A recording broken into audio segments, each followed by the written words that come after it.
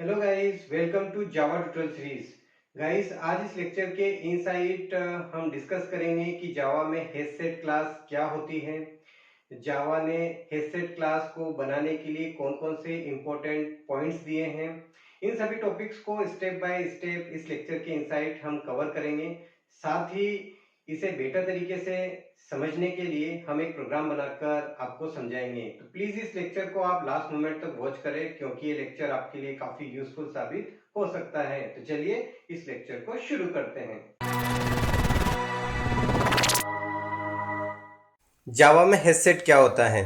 जावा में हेडसेट एक क्लास होता है और इसका यूज़ करके हम एक कलेक्शन क्रिएट करते हैं जो कि स्टोरेज के लिए हेड टेबल का यूज़ करता है। हेडसेट क्लास एब्स्ट्रैक्ट क्लास को इनहेरिट करता है और सेट इंटरफेस को इम्प्लीमेंट्स करता है। आगे बढ़ते हैं और कुछ इम्पोर्टेंट पॉइंट्स के बारे में डिस्कस करते हैं। जब आप हेडसेट बनाएंगे तब आप इन इम्पोर्टेंट पॉइंट्स को ध्यान में रखेंगे। नंबर 1, हेडसेट एलिमेंट्स को स्टोर करता है और इसके लिए जो ये मैकेनिज्म यूज़ करता है उसे हम हैशिंग कहते हैं। पॉइंट नंबर 2, हेडसेट केवल यूनिक एलिमेंट्स को ही कंटेन करता है। Point number 3, HashSet null value को अलाउ करता है।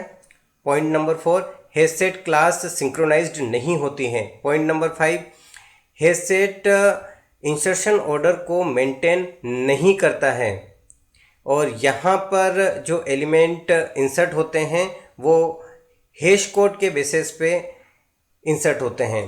Point number 6, headset search operations के लिए एक बेस्ट अप्रोच माना जाता है।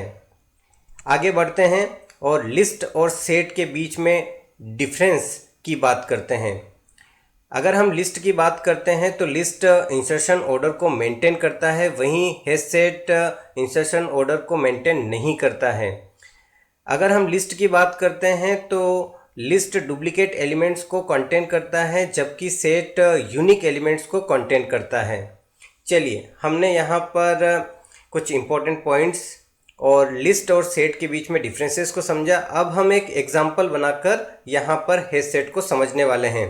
तो चलिए इक्लिप्स आईडी के इनसाइड चलते हैं। तो यहाँ पर मुझे हेडसेट बनाना है, बहुत आसान है। जावा के यूटिल पैकेज के इनसाइड हेडसेट एक क्लास होता है, हम उसका यहाँ पर ऑब्जेक्ट बनाएंगे। यहाँ पर मैं स्ट्रिंग टाइप के एलिमेंट्स इस हेडसेट के इनसाइड ऐड करना चाहता हूँ, तो इस हेडसेट को मैं यहाँ पर स्ट्रिंग टाइप का बनाऊंगा इस तरीके से। अब इस ऑब्जेक्ट को मैं इसी क्लास के रेफरेंस में असाइन कर दूंगा।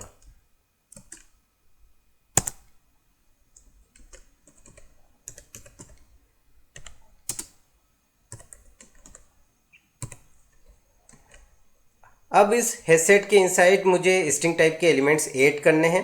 तो हेडसेट के पास ऐड नेम का मेथड होता है।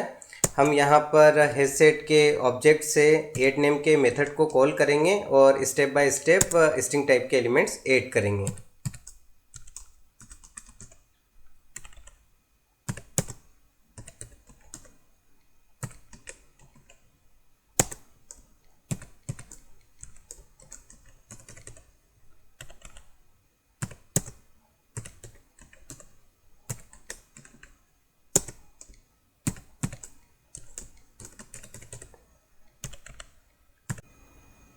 चलिए, अब इन स्ट्रिंग टाइप के एलिमेंट्स को इटरेट करवाने के लिए हम यहाँ पर फॉर ईच लूप यूज़ करेंगे।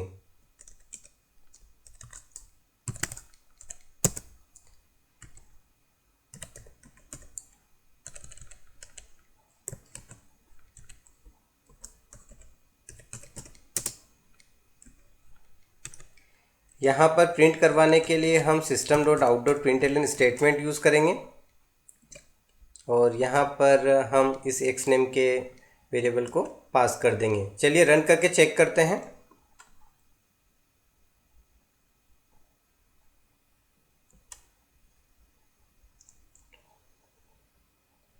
तो यहाँ पर आप देख सकते हैं जो हेडसेट के इनसाइड आपने स्ट्रिंग टाइप के एलिमेंट्स ऐड किए थे वो यहाँ पर अब प्रिंट हो चुके हैं।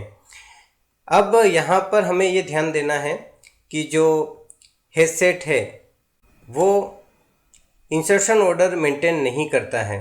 इंसर्शन ऑर्डर मेंटेन नहीं करता है तो इसका मतलब ये है कि जब मैं इसको वापस से दोबारा रन करूँगा यहाँ पर,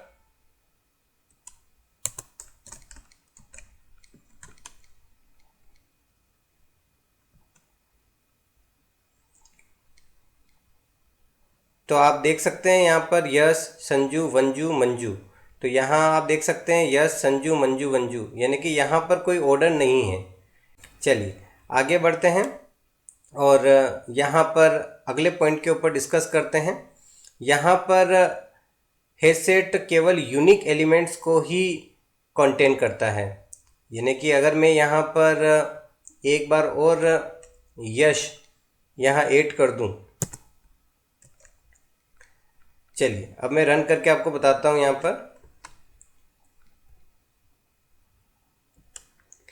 तो यहाँ पर आप देख सकते हैं यश केवल एक ही बार आया है, तो यहाँ पर डुप्लीकेट एलिमेंट को ये कंटेन नहीं करता, ये केवल यूनिक एलिमेंट को ही कंटेन करेगा। यहाँ दो बार है पर वो आएगा कितनी बार, केवल एक ही बार यहाँ पर आएगा, ये बात आपको ध्यान रखना है। तो गाइस आज के इस लेक्चर के इनसाइट हमने हेडसेट को समझा। आई होप कि आपको ये लेक्चर बहुत अच्छे समझ में आया होगा। मिलते हैं नेक्स्ट लेक्चर में, तब तक के लिए बाय बाय।